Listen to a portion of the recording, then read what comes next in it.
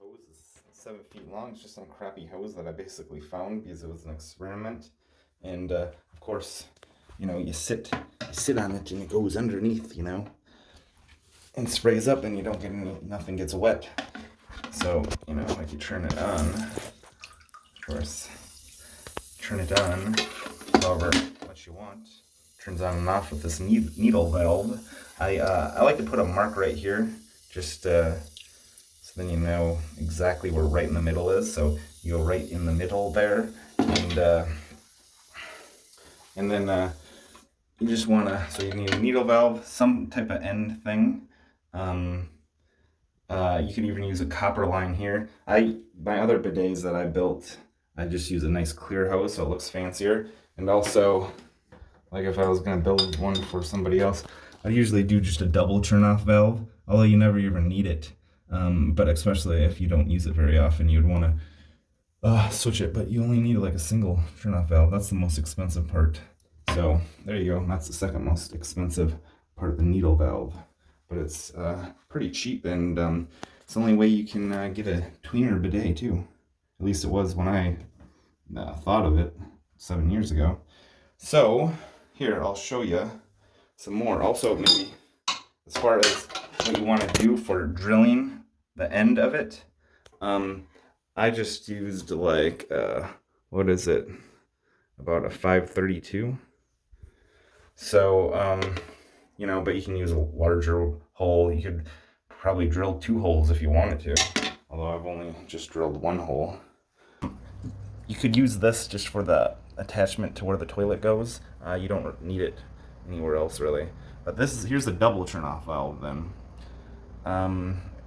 Like I said, that's if you're not going to use it very often.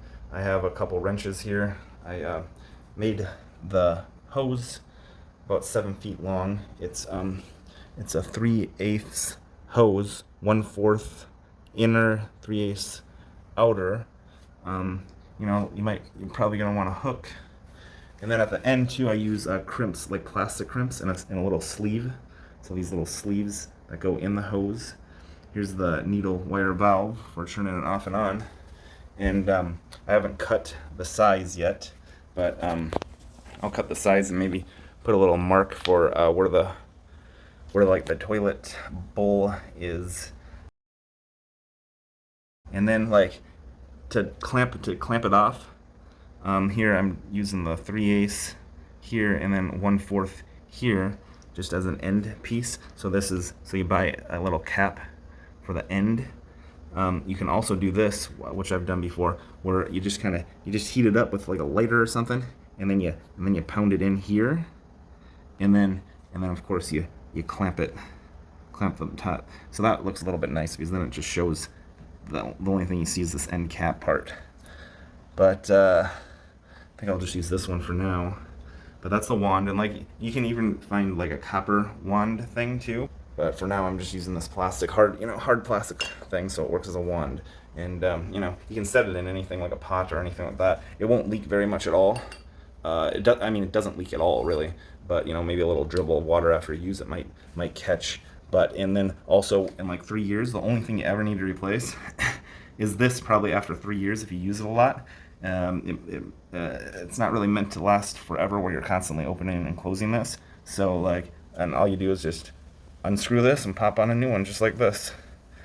Bam, bam, and that's after about 3 years probably. So that's all you need. That.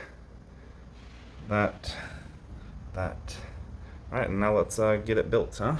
Oh, also, when you cut it, you can cut it with anything, but I just happen to have a miter saw, so I get a nice clean cut. But you could just snap it with a wire cutter or something too. You need this. It's called a 3/8 needle valve. So for the end cap, you can use 3/8.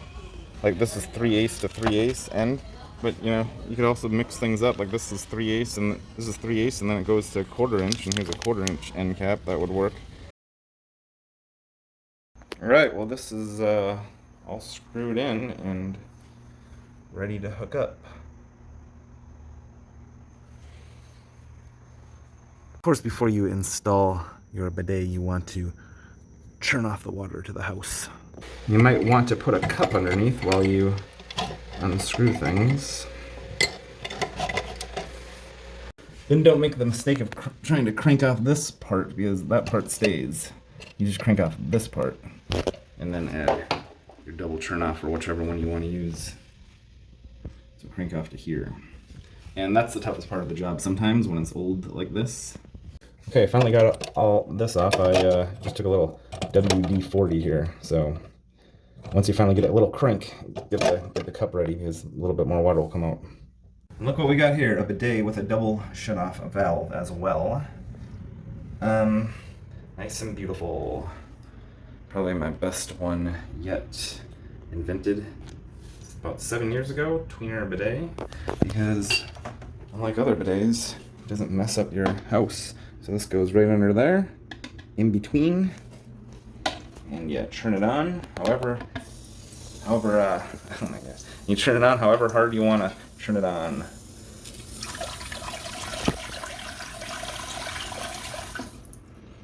So now, this is much cleaner. You'll never get any hemorrhoids, which is caused by wiping. You're saving the environment, and you're saving yourself money. How much you spend on toilet paper. And look at all the people that go out on buying sprees of toilet paper. Anyways, you don't need to do that. And for those who, I'm in a warm weather climate, so it's, you know, always warm, but even I've used this in cold weather climates where the water is more cold, and where you, that particular spot that you spray, you know, that particular spot, it's not sensitive to cold at all. I mean, it totally feels good. It's never too cold, even in cold weather climates. So this is the way to go. Get yourself cleaning the right way.